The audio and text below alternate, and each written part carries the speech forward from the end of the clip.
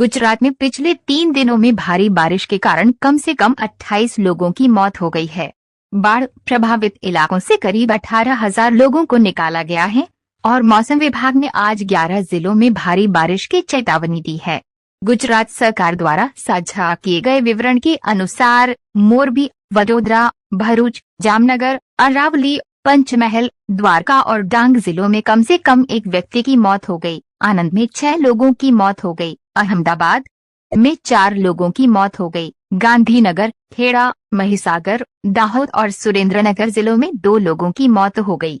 समाचार agency PTI की एक रिपोर्ट के अनुसार मृतकों में 7 लोग शामिल हैं, जो मोरबी जिले के धवना गांव के पास एक उफनते पुल को पार करते समय ट्रैक्टर ट्रॉली के बह जाने के बाद लापता हो गए थे।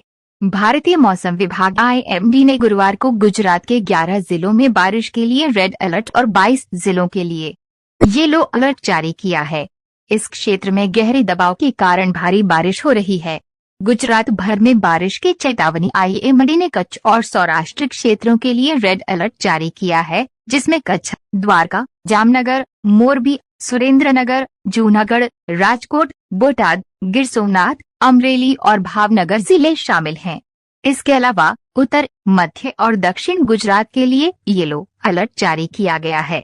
प्रधानमंत्री नरेंद्र मोदी ने स्थिति का आकलन करने के लिए गुजरात के मुख्यमंत्री भूपेंद्र पटेल को फोन किया और राज्य को केंद्र के सहयोग का आश्वासन दिया।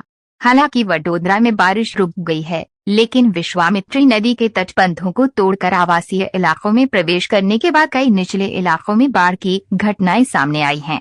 बचाव कार्य जोरों पर है और राज्य भर में नदियों और बांधों में जलस्तर बढ़ने के कारण 6,000 से अधिक लोगों को सुरक्षित स्थानों पर पहुंचाया जा रहा है।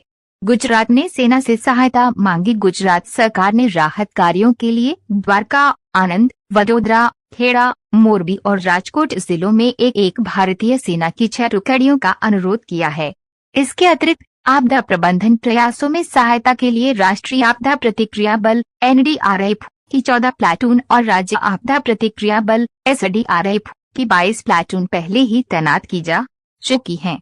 राज्य भर से प्राप्त दृश्यों में व्यापक जलभराव और बाढ़ दिखाई दे रही है तथा बचाव कर्मी प्रभावित क्षेत्रों से लोगों को निकाल रहे हैं। IMD पूर्वानुमान और चेतावनियां। IMD का अनुमान है कि दबाव का क्षेत्र 30 अगस्त तक कच्छ और सौराष्ट्र क्षेत्रों से अरब सागर की ओर बढ़ जाएगा। हालांकि उसी दिन पूर्वोत्तर अरब सागर में इसके अस्थायी और मामूली तीव्र होने की संभावना है। IMD ने आगे चेतावनी दी कि इन क्षेत्रों में सड़कों पर स्थानीय स्तर पर बाढ़ आ सकती है, निचले इलाकों में जलभराव हो सकता है और विशेष रूप से शहरी क्षेत्रों में अंडरपास बंद हो सकते हैं।